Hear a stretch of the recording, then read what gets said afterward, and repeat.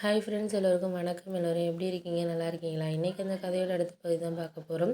அதுக்கு முன்னாடி நீங்கள் செய்ய வேண்டிய விஷயம் என்ன அப்படின்னு கேட்டிங்கன்னா, மறக்காமல் நம்ம இந்த சேனலை சப்ஸ்கிரைப் பண்ணிக்கோங்க. கீழே இருக்க பெல் பட்டனையும் கிளிக் பண்ணுங்கள். அப்போ தான் நான் போடுற வீடியோஸ் எல்லாமே உடனுக்குடனே நோட்டிஃபிகேஷன் வரும்.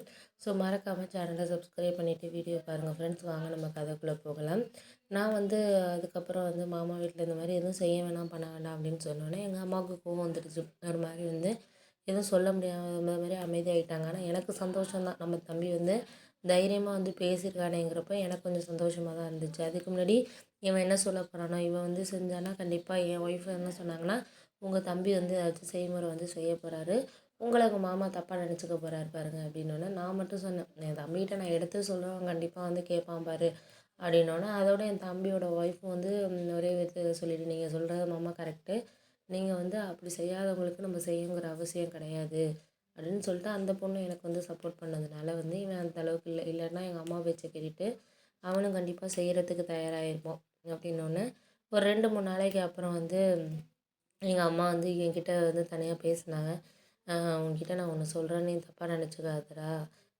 ரகு இந்த மாதிரி பேசுனா நீ தான் சொல்லியிருப்பேங்கிறது எனக்கு தெரியும், செய்ய வேணாம் பண்ண வேணான்னு உங்களுக்குள்ளே நீங்கள் கலந்துக்கிட்டு இருப்பீங்க. நான் அதை தப்புன்னு சொல்ல வரல. எங்கள் அண்ணன் எனக்கு செஞ்சிச்சின்னு சொல்லிவிட்டு நான் சொல்லலைடா. எங்கள் அண்ணன் எங்களுக்கு எதுவுமே செய்யலை தான், உங்களுக்கும் எதுவும் செய்யலை தான். இன்றைக்கி நம்ம ஏன் செய்யணும் அப்படின்னா, எல்லாருக்குமே நம்ம சொந்தக்காரங்கள தெரியும், அவருங்க எதுவுமே நம்மளுக்கு சபையில் செய்யலை அப்படின்னோடனே நம்ம செய்யாமல் இருந்தால் அது நாளைக்கு அது ஒன்றும் தெரியாது. இதே நீங்கள் ஒரு நகையாவோ 2 பேரும் போய் செஞ்சீங்கன்னா அவருக்கு சொல்லவே முடியாது. ஏன்னா எல்லாரும் பேசுவாங்க, நீ செய்யலைனாலும் உன் தங்கச்சி உங்கள் தங்கச்சி பசங்க எந்த அளவுக்கு ஒரு சபையில் விட்டு கொடுக்காம செஞ்சுருக்கானுங்க பாருங்கள், அவனுங்களுக்கு இருக்க பெருந்தன்மை கூட உங்களுக்கு கிடையாது அப்படின்னு சொல்லிட்டு எல்லாருமே சொல்லுவாங்க. நம்ம பெரிய அண்ணன் கூட பெரியப்பா வீட்டு அண்ணன் கூட நேற்று வந்தார். அவர் சொன்னார், இது மாதிரி நீங்கள் அவன் செய்யாததுக்கானாச்சும் 1 கிராம் நகைனாச்சும் செஞ்சு அவனை சபையில் நீங்கள் இது பண்ணணும், அவன் தலை குனிகிற மாதிரி நீங்கள் பண்ணணும் அப்படின்னு அவர் கூட சொல்லிக்கிட்டு இருந்தார். அதனால தான் நான் உங்களை செய்யுங்க பண்ணுங்கன்னு சொல்கிறேனே தவிர, நாளைக்கு அவன் உங்கள் பிள்ளைங்களுக்கு செய்வான் பண்ணுவான் அப்படிங்கிற இதில் எல்லாம் நான் இன்றைக்கி நீ செய், நகை செய், இல்லை என் அண்ணனோட பாசத்தில் நான் செய்யலாம் சொல்லவே இல்லை. என் பிள்ளைங்களுக்கு ஒரு இதுனா எனக்கும் இதுதான். உங்கள் அப்பா இருந்தப்போ என்னென்ன எங்கள் அண்ணன் அண்ணி பண்ணாங்கங்கிறது எல்லாமே எனக்கு தெரியும். ஒரு பக்கத்தில் கூட நிற்க மாட்டேன்ட்டாங்க, பண்ண மாட்டேன்ட்டாங்க, எதுவுமே இது பண்ணல. ஏன்னா நம்ம அப்போதைக்கு வசதி இல்லாமல் இருந்தோங்கிறதுனால தானே எல்லாம் பண்ணாங்கங்கிறது எனக்கு எல்லாமே தெரியும்டா, தெரியாமல் கிடையாது.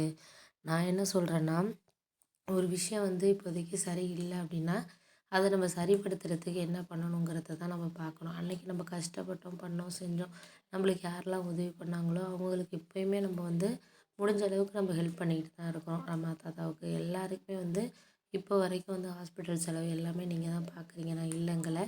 இருந்தாலும் ஒரு விஷயத்த நீ புரிஞ்சுக்கோ, இன்றைக்கி அவன் இன்றைக்கி செய்யாதனால இன்றைக்கி நம்ம செஞ்சு காட்டினோன்னா தான் அவனுக்கு ஒரு சபையில் நம்ம தங்கச்சி பசங்க இந்த அளவுக்கு நம்மளுக்கு செஞ்சுருக்காங்கன்ட்டு உங்கள் மாமிக்கும் ஒரு மாதிரி அவங்களும் என்னடா இது அப்படிங்கிற மாதிரி அவங்களால பேச முடியாத அளவுக்கு நம்ம பண்ணணும் அப்படின்னோடனே அப்புறம் தான் எங்களுக்கு புரிஞ்சிச்சு. சரி ஓகே, இதுக்கப்புறம் இதுதான் விஷயம், இதுக்கப்புறம் முடிஞ்ச அளவுக்கு நம்மளால் இது பண்ணுறது தான் நம்ம பார்க்கணும் அப்படிங்கிறது அளவுக்கு எங்களுக்கு புரிய ஆரம்பிச்சிச்சு.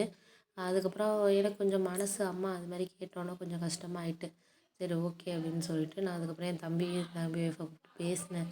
இது மாதிரி அம்மா சொல்லுதுன்னொன்னே அதுக்கப்புறம் தம்பியும் சொன்னேன், இது தானே நானும் முன்னாடி சொன்னேன், அம்மா என்கிட்ட எடுத்து சொன்னிச்சு, ஆனால் நீ இது பண்ணதுனால தான் நான் வேண்டான்ட்டேன் அப்படின்னோடனே, சரி விடுறா, அம்மா சொல்கிறது எதுவுமே கேட்காம இருந்ததில்லை அப்படின்னோடனே என் தம்பியோட ஒய்ஃபும் சரி மாமா நீங்கள் சொல்கிறது கரெக்டு தான், அவங்க செய்யாததுக்கு நம்ம செஞ்சு காமிக்கணுங்கிறதுனால தான் அத்தையும் சொல்கிறாங்க, அதை நம்ம அந்த யோசனையே நம்மளுக்கு வரல, அவங்க செய்யலை அப்படிங்கிறத தான் நம்ம சொன்னோமே தவிர அவங்க செய்யலைனாலும் நம்ம செஞ்சு காட்டணும் ஒரு சபையில் அப்படிங்கிறத நம்ம யோசிக்கல. அவங்க யோசிச்சுருக்காங்க, சரி பண்ணிவிடுவோம், நீங்கள் ஒரு 1/2 பவுன் செய்யுங்க, நாங்கள் ஒரு 1/2 பவுன் செய்கிறோம் அப்படின்னோடனே, சரி சரிம்மா அது வாங்கலாம் வேண்டியதில்லை, நம்மளுக்கு கிரகப்பிரவேசத்துக்காக 1 பவுன் காயின் ஒருத்தர் நம்ம ரிலேட்டிவ்ஸில் ஒருத்தர் வச்சு எனக்கு கொடுத்தாரு, அது அப்படியே இருக்குது, நான் எதுவுமே பண்ணலை. அதில் ஆளுக்கு ஒரு பவுனை கொடுத்துட்டு நம்ம அந்த செய்கூலி சேதாரத்துக்கு மட்டும் ஒரு பணம் கொடுத்துருவோம்மா, அதுக்கு 1/2 பவுன் மோதிரமாக நீங்கள் ஒரு தம்பி ஒரு மோதிரம் போடட்டும், நான் ஒரு மோதிரம் போடுறேன், 2 பேரும் போடுவோம் அப்படின்னோடனே,